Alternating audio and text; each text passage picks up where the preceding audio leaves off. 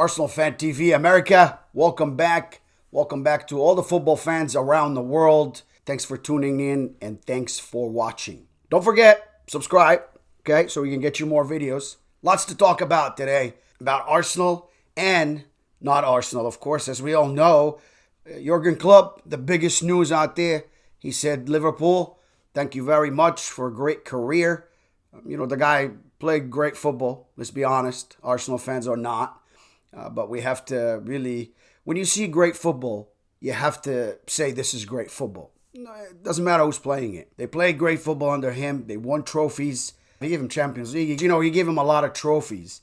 And he did good for the club. So Jurgen Klopp is leaving Liverpool. That's official at the end of the season. Now, what is that for Arsenal? Number one, there's an available manager, a good one, of course. You got to jump on that wagon and try to, of course, to sign him. He's a great manager. I think that Jurgen Klopp could be very successful at Arsenal Football Club, very successful with the current squad we have. And he's a manager that brings trophies. He's proven that, so you know how good he is. And I'm pretty sure he could be amazing. But that's, of course, an Arsenal fan dream to have such a good manager like that. And we can today say, him and Pep Guardiola, who's better to be the best manager at the Premier League currently? It's debatable. It's debatable. The guy is just that good. And of course, as Arsenal fans, I think, are done with the process. Today, we watched Tottenham play. We watched Man City, Chelsea, Aston Villa with Unai Emery. They all played in the FA Cup, and Arsenal didn't. We don't watch Arsenal because we're out of every competition except for, of course, Premier League and Champions League. And in even Premier League, we took ourselves out. In 7 games, we won once. So it's really hard for Arsenal fans right now. And it's hard for me, being a fan or being now a neutral, someone who, is a football coach and someone who watches other clubs and someone who enjoys this sport, and that's my, career basically. I can look at it and say, no, Arsenal is not going anywhere with Mikel Arteta. Yes, because it's now proven, there's facts. If you look back at what Mikel Arteta did by letting good players go, by bottling the Premier League, no trophies, we lose at times we shouldn't, and we win at times we shouldn't. It's just a matter of, I don't think he manages Arsenal or he manages the flow of the club the right way. The club is this way, that way. We're on the high and boom, we fall on our nose. And then we go on the high and then boom, we fall on our nose. Lack of Arsenal creativity or Arsenal's, finesse. Arsenal was the team that you compared with Barcelona when Barcelona was the top team in the world with Messi and Iniesta and Xavi and all these guys, and an incredible Barcelona. But if you look back at the time, the only team that played as good of football, maybe sometimes better, was Arsenal. So we're used to that for years, 20 some odd years, Arsene Wenger, and before that, even with George Graham. And Unai Emery didn't play bad football at Arsenal, but Mikel Arteta did. And we've seen Arsenal horrible coming out. I mean, hey, I should be coming on here and celebrating the 5-0 win. Hallelujah. Yes, we won 5-0. Against who? Mr. Roy Hodgson, the guy's, the oldest manager ever. So congratulations to him. And his team looks tired. His team looks like they're not competing. Crystal Palace were very bad on the day. Arsenal weren't that good. Individually, that good when Martinelli came at the end, of course, and scored, and now we see his potential. But what's with the inconsistency? Again, I blame it on the manager. And we see, Trossard, we see all these players jiving, playing together, individual players, but not as a team. I didn't see, Arsenal as a team moving together, keeping their shape and beautiful football, moving for each other's, playing on the wings when it's available, bringing the ball back in when it's available, taking shots on goals, playing 1-2 penetrative, passes. I want to see that Arsenal. That's why, of course, I want to be the first one, whether I'm a fan or just someone who analyzes the game for you or a coach, to tell you that, yeah, I'd love to see a Jurgen Klopp go to Arsenal. And that's, something that hopefully it can happen, but of course it's a dream. But hey, listen, let's shift real quick to what Liverpool want to bring instead. There's many names. Of course, you're going to put the Luis Enrique, the PSG guy. You want to, put even Carlo Ancelotti. You want to put whatever. You're going to put a lot of names out there. Steven Gerrard, one of them, of course. But is he going to come from Al-Ittifaq from Saudi, where he just signed an extension with them, and go to Liverpool? Of course, his own club, and the club that he played at. We don't know. Steven Gerrard good at Liverpool? Absolutely not. He didn't do good in the Scottish, league. So I don't think Stevie G is ready. But let's talk about who's really ready, and let's not talk about names. Of course, they're, paired. Their assistant of Jurgen Klopp currently is not a bad guy also. They're thinking about giving him 10, 12 months, just to try and be the manager and an intern and maybe sign him. But I don't think they'll do that. I think they're going to go after Xabi Alonso. That's a manager who's really, I have a lot of respect for. He's brand new.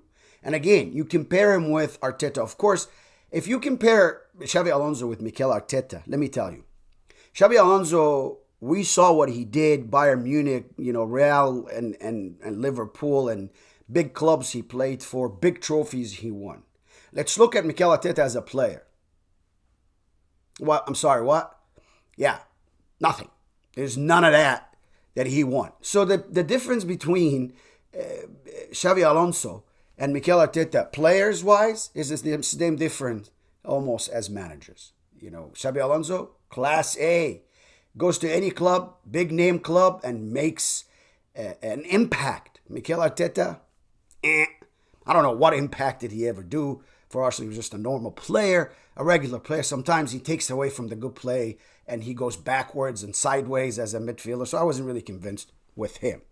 As I'm not, of course, convinced with him as a manager. Never was, never will. And again, it's proven. It might be just, of course, a personal opinion, but I have a lot of stats to prove that and to back what I'm saying.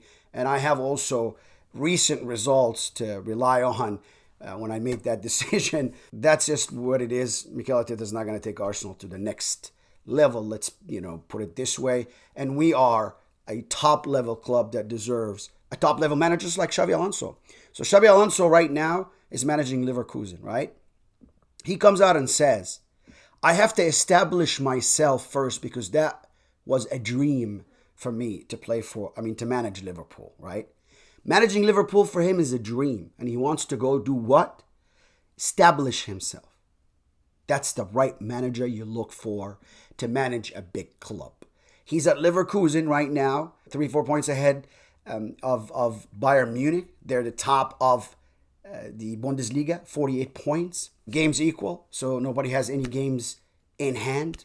And he's doing a fantastic job. Granit Xhaka, of course, our ex-Arsenal captain, player, plays there also. And they are the one and only team in all 59 top-flight teams that never, ever had a loss this season. That didn't lose a single game this season. That's how good they're playing. They're playing as a team. You watch them in front of RB Leipzig, the last game they played. They were down.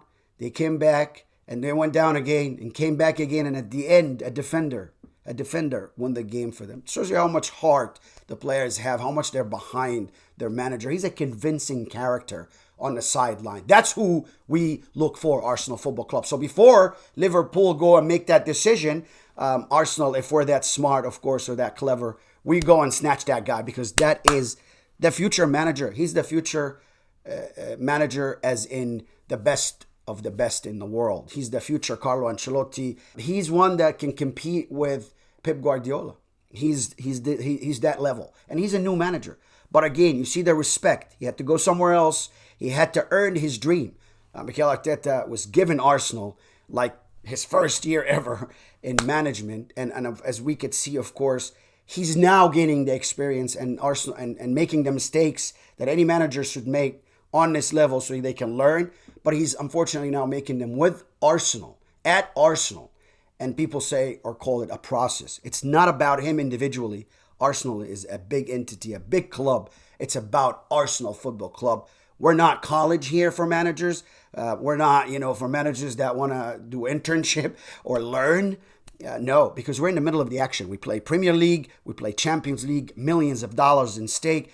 It's the big leagues that Arsenal are involved with. So enough chances, hopefully, for Mikel Arteta, and this will be his last season. My heart as an Arsenal fan to sit and watch other teams on weekends, and Arsenal is not involved just because of a single individual that decided to choose the wrong squad on the day. Hey, it is what it is. We move forward, and we'll see where Jurgen Klopp is going. The only surprise I had when that story came about was, why is Zinedine Zidane's name not there? But hey, I don't want them to include Zizou because I would love to see Zinedine Zidane come to Arsenal. Don't forget that that's a manager that won the Champions League 3 times in 4 years. Nobody's ever done that. I don't think I'm going to live to see someone who will do that again. So, hey, listen, again, a lot of names out there that Arsenal deserve. Hey, if we're going to give Mikel Arteta the free ride, I mean, he's happy. He's making what he's making a year, 8 million or so, and he is, going to keep doing what he's doing, and everybody calls it the process. I mean, nobody holds him accountable. I don't see or foresee Arsenal or individual players, even not as a team, or players like Bukayo Saka, Ben White. These players are going backwards. Don't forget also, let me just take you back to back that up a little bit. William Saliba was axed or exited out or pushed away by Mikel Arteta. He was the one who told him, hey, listen, put him on loan. I don't want him playing for the club now. Have him go to France or something. And he put David Luiz and some players that took us backwards, right? And loaned William Saliba. William Saliba went on and became the best defender in Europe, the best young defender in Europe for that year. Are you out of your mind? You lend your best defender to someone else? So that's a decision that was made. When I bought Willian, that said, hey, man, I made too much money for what I'm doing. I don't deserve it. And Willian is actually doing good for Fulham now. So it's Arteta again. David Luiz, whomever it is that you go buy from Chelsea that's 55 years old, can't play anymore. With all due respect to these players, they had their prime.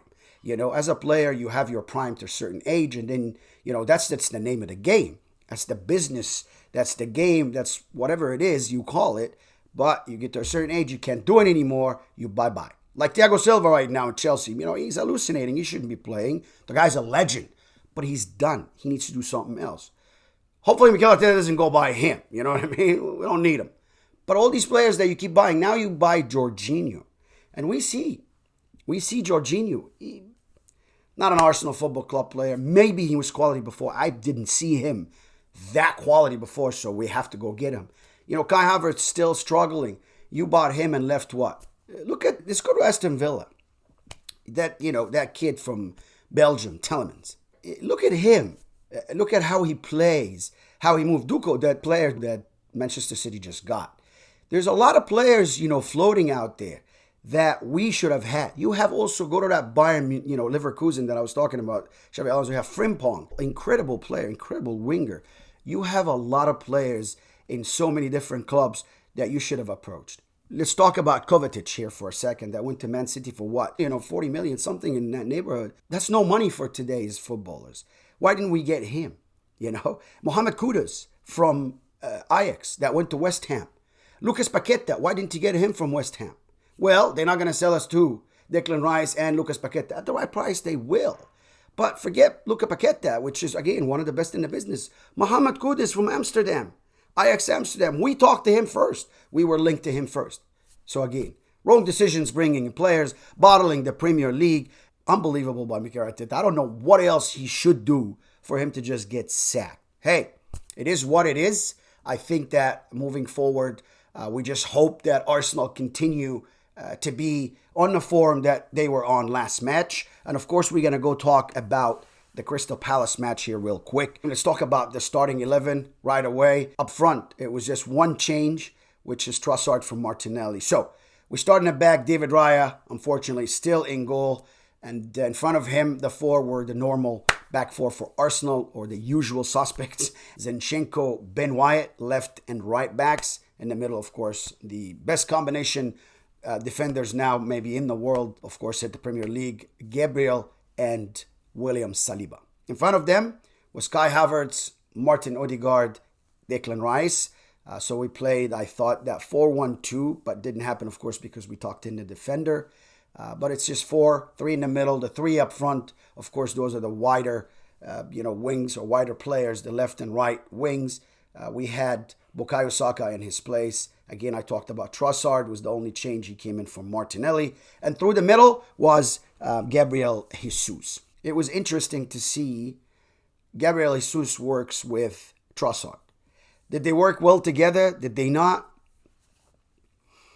They did okay. At the end of the day, you look at the score and it's 5-0. So you have to say, okay, they did okay. That was interesting to see. And again, 4-3-3 formation on paper as Arsenal always start. Go directly to the game. 11th minute, Declan Rice, corner, puts it in. Gabriel was the first to it. He scores. He keeps scoring, this young man. Tall, strong, jumped on the defender's back and just scored Arsenal first goal. Now, fast forward, we go to the 37th minute, where, of course, they gave it an own goal. I'm not sure it's an own goal because I thought that Gabi Jesus was the one that, scored because it is his ball. He directed it towards the goal, but it hit the goalkeeper right on the line and went in. Now, the goalkeeper wasn't out of the goal, right? So if he was out of the goal and it hit him and came in, I would call it an assist. But it wasn't that case. He was right on the center line where the ball hit him. And that was also, of course, from another set piece. We're scoring a lot from set pieces, thank God. You could even see the set piece coach at Arsenal taking charge or coming in front of the square in front of Mikel Arteta every time we take a corner or a set piece, right? Great to see. Something working, I thought it was Gabi Jesus' goal. But hey, 37 minutes and Arsenal was 2-0 up, right? We go to the second half. Trossard, 59th minute, scores. Who assists? Gabi Jesus. So I think that this partnership, again, is not bad, but I'm curious to see how it, works in big games, right? Or against big opponents. And Arsenal 3-0 up, like I said, at 59th minute. Now, before we go to the next 2 goals, now Arsenal 3-0 up. At 69th minute, we see 2 substitutes, right? We see Emil Smith-Rowe and Gabriel Martinelli both come in. Trossard goes out and Kai Havertz goes out. Okay, not bad substitutes. And then we go to the 73 minutes when we see Jorginho coming in for Declan Rice. Now, what was said at the game that Declan Rice picked up an injury. Okay, Reece Nelson. Reece Nelson is a much, much, much, much better footballer, player, pace, strength, ability, the whole nine than Jorginho. What, would you play him in the middle? No, I would change the formation. Mikel Arteta is one of the coaches that always talks about, I use 136 formations a game. Make him 137. Hopefully he's okay. Declan Rice. To start the next game. The next game we play Tuesday, by the way, on the 30th. Look how much of a length for Arsenal, between a game and the other. For us as fans, January is 4 games, 5 games at least, right? Not 1 or 2 games. Anyways, we go back 81st minute. We see Jacob Kivor and we see Eddie Nketiah come in. Nketiah came in for Gabi Jesus. We see now the first time ever I see Gabriel Magalhaes going out and Kior came in for him. Didn't do too bad. Fast forward to the 95th minute where we see Martinelli did the same exact thing both times and scored. At the 94th minute, he gets an assist from Eddie Nketiah, scores his first goal, and what a goal it was. I mean, he ran half the field. Both goals, actually. The second one, the only difference was Jorginho was the one that played. He went to the same exact side, his side, to the left side, went into the box, of course, very, very fast. No defender can catch him at this point. Opened his body up and then put it to the, right under the goalkeeper twice. Same way. But what a performance by him, and we could see his potential. So, again, the game concluded 5-0 Arsenal Football Club. Come on, you Gunners. These are the wins we want to see. But at this point, hopefully as a fan now, no, maybe as just a commentator or somebody who's, analyzing for you here. I just want to see Arsenal consistent. I don't know what happens Arsenal next game. And now as a fan, Hey, I'm very happy with the win. If I put my hat, fan hat, I'm very happy to see Arsenal play at any given point, and I want them to keep winning. Come on, you Gunners. But I'm also skeptical. Next game, are we going to perform the same? But as a fan, I say yes, and hopefully we grab another win. Don't forget to subscribe, and like, and share. Premier League, we go third. We have 43 points. By the way, second, Man City has 43, but they played 20. We played 21. We have the same points. Of course, they have a game on hand. And also Aston Villa, they're fourth with 43 points. So City, Arsenal, and Aston Villa, all of them, second, third, and fourth, are all at 43 points. Only City have game on hand. The only difference is the goal differential. So we see that Aston Villa plus 16, Arsenal plus 22 after the 5-0. That was good for our goal differential. And we see City at 25. Liverpool, of course, is still number one. 48 points for them, the Merseyside, and 29 or plus 29 goal differential. Fifth on the table, as we could see, Tottenham Hotspur, and they have 40 points plus 13 when it comes to goal differential. And that was it for our episode for this week. Thank you very, very much for watching. Please don't forget to subscribe, like, and share, and have a great weekend, and we'll see you the next episode. Bye now.